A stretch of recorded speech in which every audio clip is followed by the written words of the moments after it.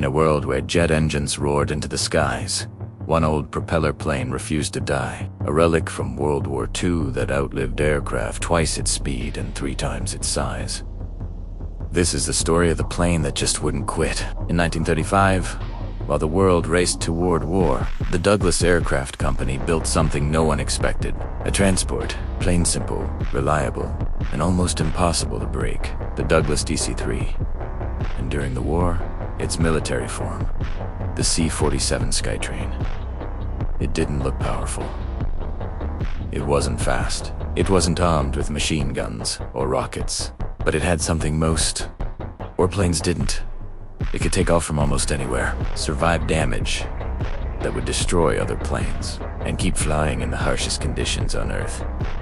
This wasn't a fighter or a bomber designed for glory. This was a workhorse, a flying truck built with one mission in mind: survival. While other nations were pouring resources into sleek, high-performance machines of destruction, Douglas focused on the unglamorous but essential task of logistics. The result was a plane with an all-metal construction, a strong, low-wing design, and 2 incredibly dependable radial engines that gave it a signature, throaty rumble. It was a plane built to endure. When World War II erupted, the C-47 became the backbone of the Allied military. It carried troops, hauled supplies, dropped paratroopers behind enemy lines, and flew through storms that grounded other, more sophisticated aircraft. It delivered desperately needed equipment into dense jungles, scorching deserts, treacherous mountains, and on icy runways carved by hand. Pilots learned to trust it with their lives, and the soldiers it carried, the men who relied on it to get them to the fight and back home again, gave it a name: the warbird. It was a term of endearment for a plane that was seen as ugly, tough, and absolutely unstoppable. During the D-Day invasion, over 800 C-47s flew in formation, carrying thousands of paratroopers who jumped from its doors into the darkness over Normandy, marking the beginning of the end of the war in Europe. Over the skies of Germany, dozens returned home with bullet holes the size of fists and still landed safely. Some flew on one engine. Some landed without landing gear, skidding to a stop on their bellies. A few even limped home with half a wing missing. In the Pacific Theater, it was the only thing that could supply troops fighting in the remote, unforgiving jungles of Burma and New Guinea. The C-47 became the plane that simply refused to die. After the war, a new era dawned: the jet age. Engines no longer rumbled. They screamed. Sleek, swept-wing designs promised unimaginable speed and altitude. The world quickly declared the propeller obsolete, a relic of a bygone time. But the DC-3 didn't seem to get the memo. While early jets struggled with catastrophic safety issues, enormous fuel consumption, and complex maintenance that required specialized ground crews, the old DC-23 just kept showing up for work. It wasn't fast, but it was incredibly cheap to operate. It wasn't new, but it was more dependable than anything else in the sky.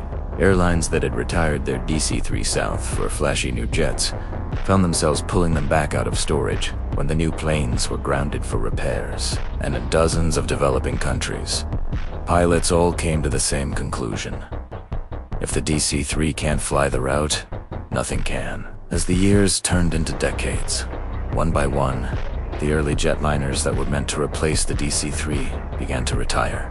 The de Havilland Comet, the Boeing 707, the Douglas DC-8, all revolutionary in their day, were eventually grounded. Some were scrapped for metal.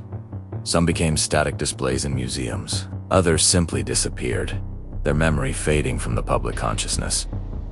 But the DC-3? It just kept going. It flew through the Cold War, sometimes as a spy plane packed with electronic surveillance gear. It became the go-to cargo hauler in the rugged terrain of South America. It served as a bush plane in the Alaskan wilderness, landing on frozen lakes and gravel bars. It was even used as a smuggler's aircraft in remote jungles, its ability to use short, unprepared airstrips making it perfect for clandestine operations. Even today, over 90 years after it was first designed, dozens of DC-3s out, and their C-47 variants are still flying commercially. Most jet aircraft built in the 1950s, 60 Segundos, and even the 70s are long gone. But the warbird remains. So, what made this old plane practically immortal, the secret lies in three simple things. First, its durability. The DC-3 was built like a flying tank, with an airframe so over-engineered it could withstand stresses far beyond its original design limits. Second was its simplicity. Its mechanical systems were straightforward, meaning it could be repaired in the field with basic tools, far from any modern hangar. And third was its incredible versatility. It could be configured for passengers, cargo, military missions, scientific research. It did everything. While jets needed long, perfectly smooth, paved runways, the DC-3 needed only a stretch of dirt, a patch of gravel, or a field of grass. It was slow, it was loud, it was old, but above all else, it was reliable, and in the unforgiving world of aviation, reliability always wins. In a sky ruled by speed and technology, one World War II propeller plane outlived almost every jet ever made.